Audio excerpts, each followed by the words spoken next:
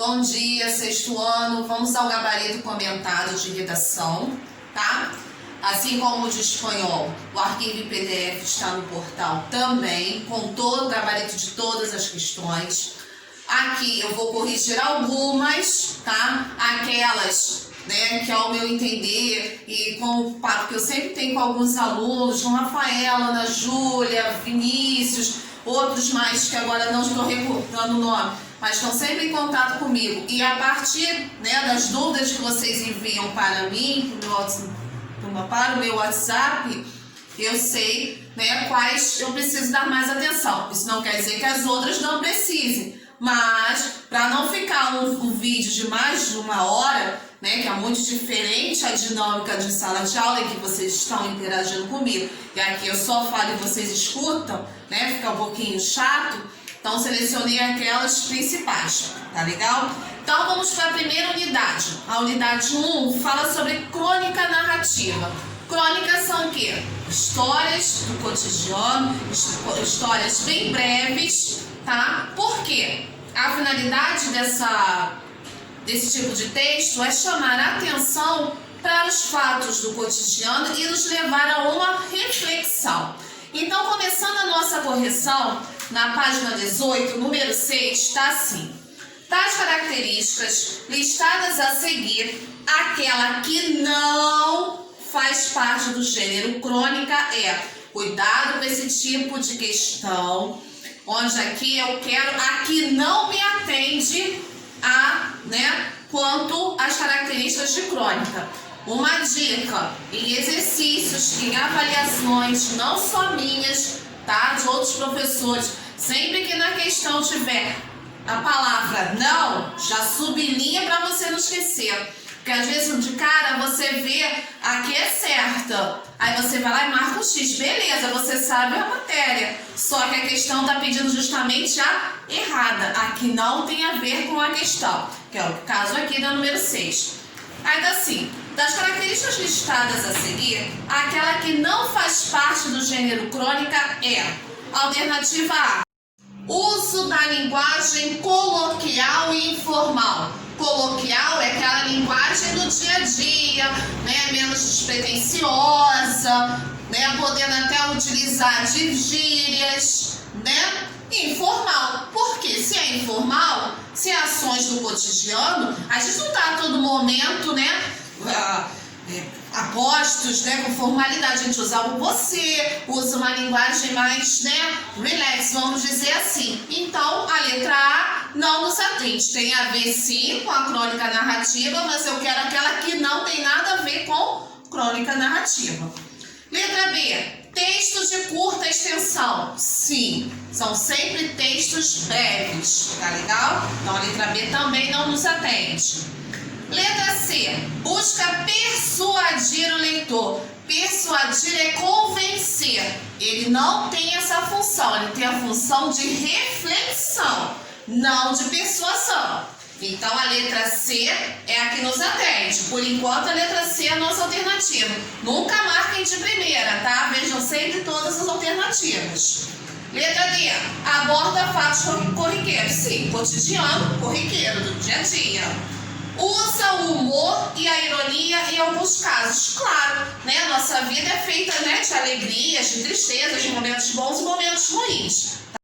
Então, nós teremos como resposta a alternativa C. Então, número 6, letra C.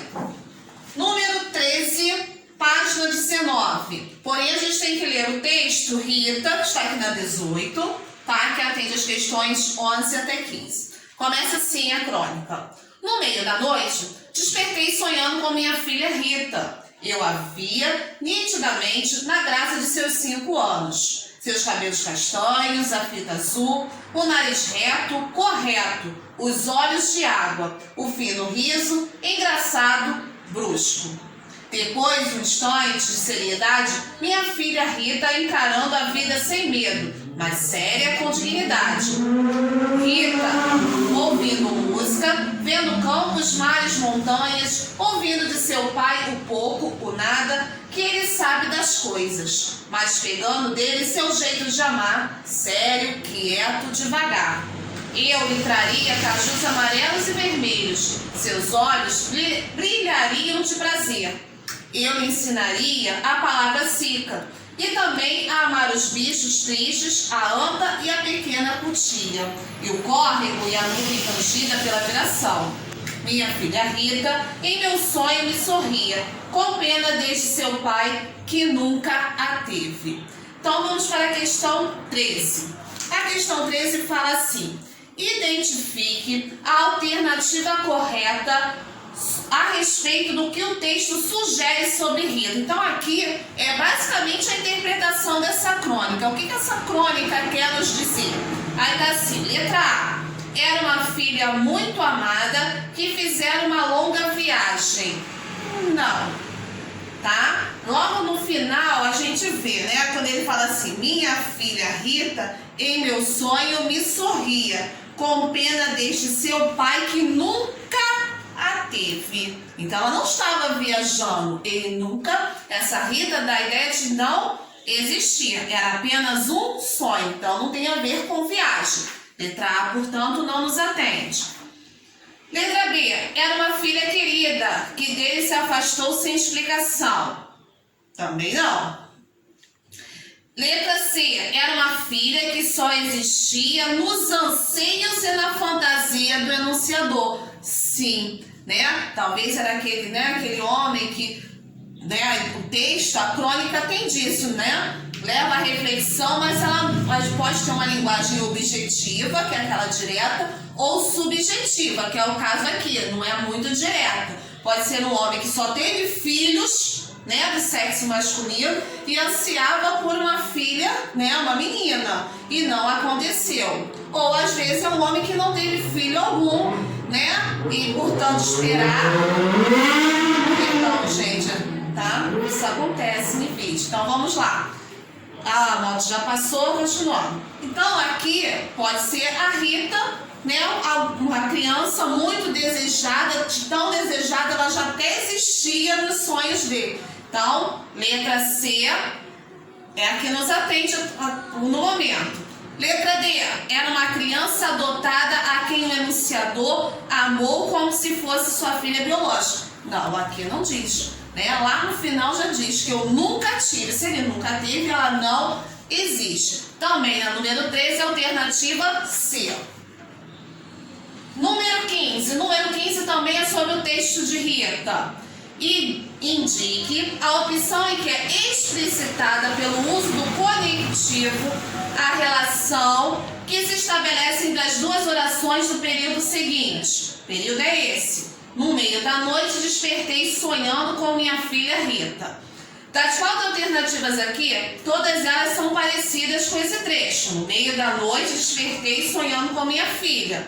Qual é aquela que houve uma pequena modificação, ou seja, foi acrescentada de um conectivo, de uma palavra, mas não perdeu o sentido inicial? Letra A. No meio da noite despertei porque sonhava com minha filha Rita. Não parece. Ele não despertou por causa do sonho, tá?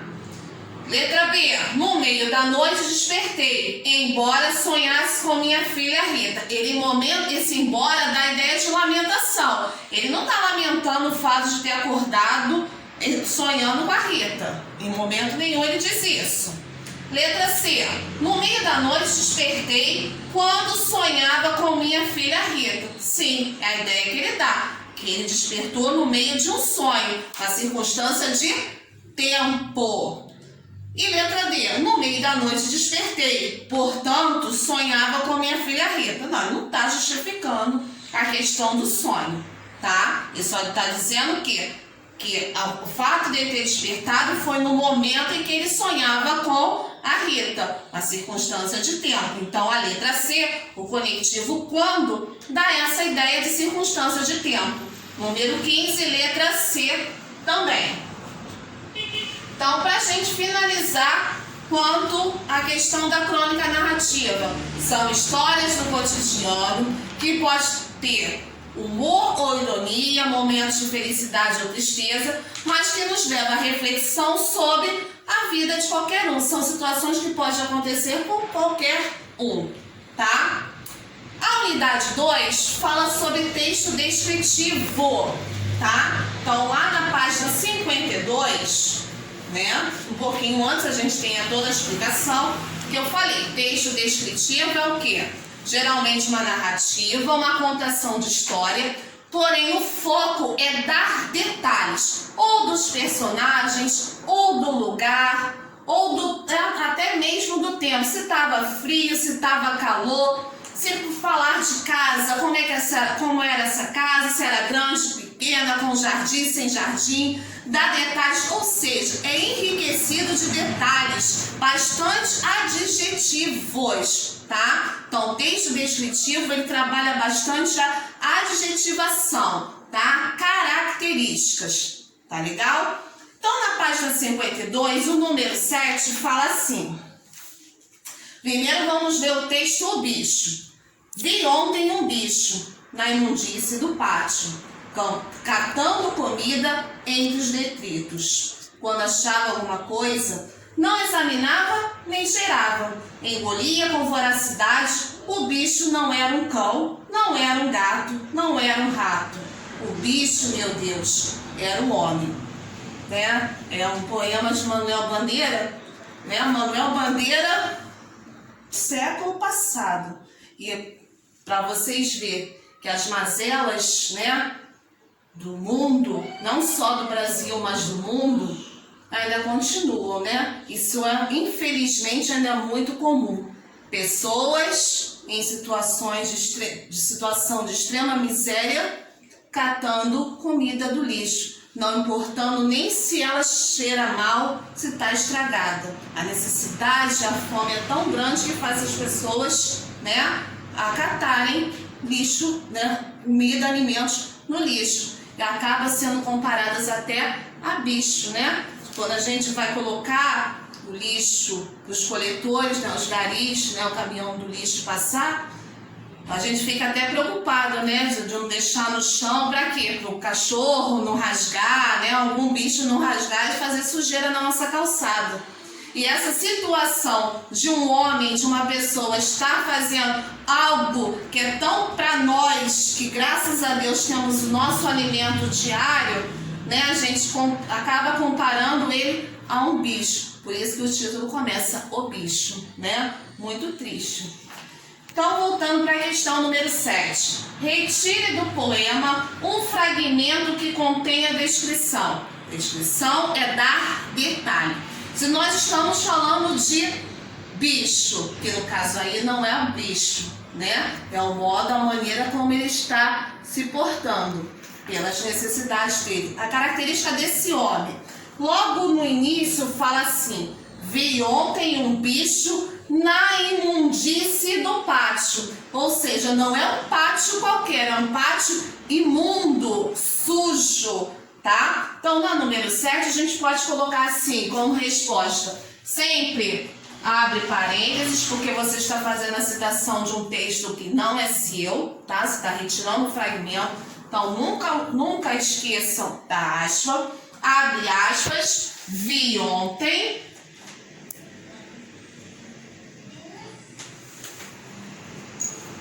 um bicho na imundície do pátio.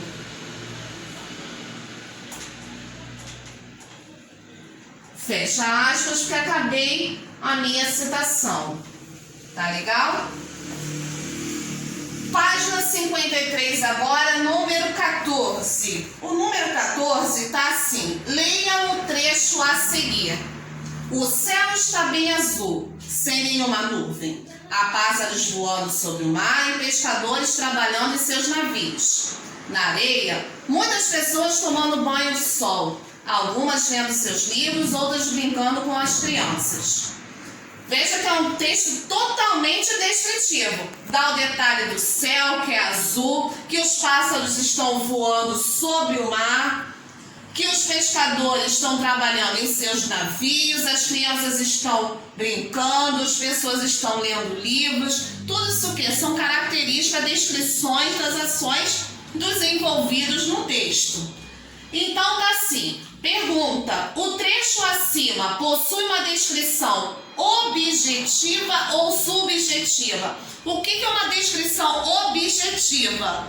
Objetiva é como se fosse o alvo, né? Certo. Descrição nos mínimos detalhes, tá? Sem deixar dúvida quanto ao seu significado. Isso é objetivo. Clareza, tá? Descrição objetiva é uma descrição clara, real. Já subjetiva é aquela que pode causar duplo sentido, ambiguidade, não fica tão claro, não há clareza total, tá? Objetivo, total clareza. Subjetivo, ambiguidade ou duplo sentido. Aqui no caso houve clareza, né? Fala dos pássaros, de como estava o céu azul, detalhes, ou seja, bastante rico em detalhes e de total clareza. Então, ó, número 14, o texto descritivo aqui, portanto, é objetivo. Número 14, objetivo. Página 55. Vamos lá, número 20. Tá assim: sob a ponte, a escuridão era total. Alguns ruídos não identificáveis e o cheiro de água apodrecida aumentavam a sensação de desconforto da tropa. Esse fragmento de texto descritivo se apoia exclusivamente, veja que os detalhes levam o quê? A percepção ao uso dos 5 sentidos, né? Olfato, audição, visão, paladar e tato. Não tem todos os 5 aqui. 3 são bem notáveis, né? Então vamos lá. Sob a ponte, a escuridão era total. Tá falando de escuridão, ou seja, está vendo um blackout, né? Tá atrapalhando a minha visão. Então, primeiro é a visão. Até um coleguinha de vocês, semana passada, me chamou no zap: tia, eu não achei alternativa. Depois eu vou te explicar por que ele não havia, ela, a menina, não havia achado a resposta. Aí tá assim: alguns ruídos não identificáveis. É ruído, barulho, audição.